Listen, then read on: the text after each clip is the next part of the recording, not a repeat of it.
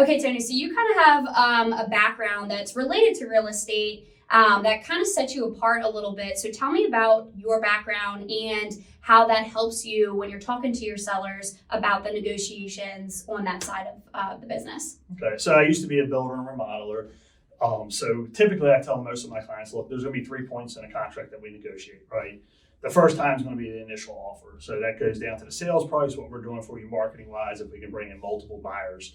So that we'll negotiate through that. The second part of that is typically your home inspection. So with my background in building and remodeling, it gives me a little bit of a step up on most agents because you'll come in and it's a structural mechanical inspection. It is not a cosmetic and a code upgrade. Okay. And you'll have buyer agents come in and they'll try to hit you with all those.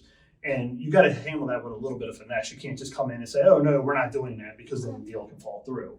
So what I do is I'll go through and mark these off. We'll check and say, look, we're not going to do these items, but I go back and explain it to the buyer's agent. So when he goes back, he's informed and understands, like, we're not trying to play hardball here. We're trying to work with you, but these are the legit requests, and we're going to handle those as we go through. Okay. So he'll understand and be able to relay that and hold the deal together. And actually, the third part is the appraisal, which tends to be harder and harder with the market now. Sure.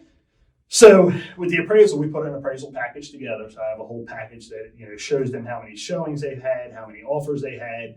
I pull comps that justify the sales price, and then we give them a whole list of every improvement that was done, because even if you're changing a doorknob, I don't want it missed. I want them to know every part to help push your value. Now, this when the negotiation comes in, so we do all that. If he uses it, we're golden. We're going to get the price, no problem. If he doesn't, or he finds a hole or something like that, then he comes back and says, I'm sorry, the house isn't worth $700,000, it's only worth $650,000. At that point, I don't come back to my seller and be like, oh, sorry for your luck. You got to reduce the price, because the lender's only going to loan up to the value of the appraisal. So at that point, I can challenge the appraisal. We can actually go in and try to challenge it. If we find holes in it, we can help push that value. So say we do all that and that doesn't work. Then we go back, again, I'm not coming back to Mr. Seller or Mrs. Seller, I'm going back to the agent at that point. It's like, look, this appraisal didn't come in fair. Your buyer needs to make up the difference. Mm-hmm. And you'd be shocked how many times the buyers are willing to make up that difference, or maybe they meet us halfway. Sure. So they meet us halfway and we only get $25,000 over the appraisal. Well, you just made $25,000 more than the appraisal, right. So you still won. What shocks me is, and it's happened to me a few weeks back, it happens continually all the time, is I'm on the buyer side, and I'll call the seller and be like, sorry for your luck, the house under appraised for $20,000.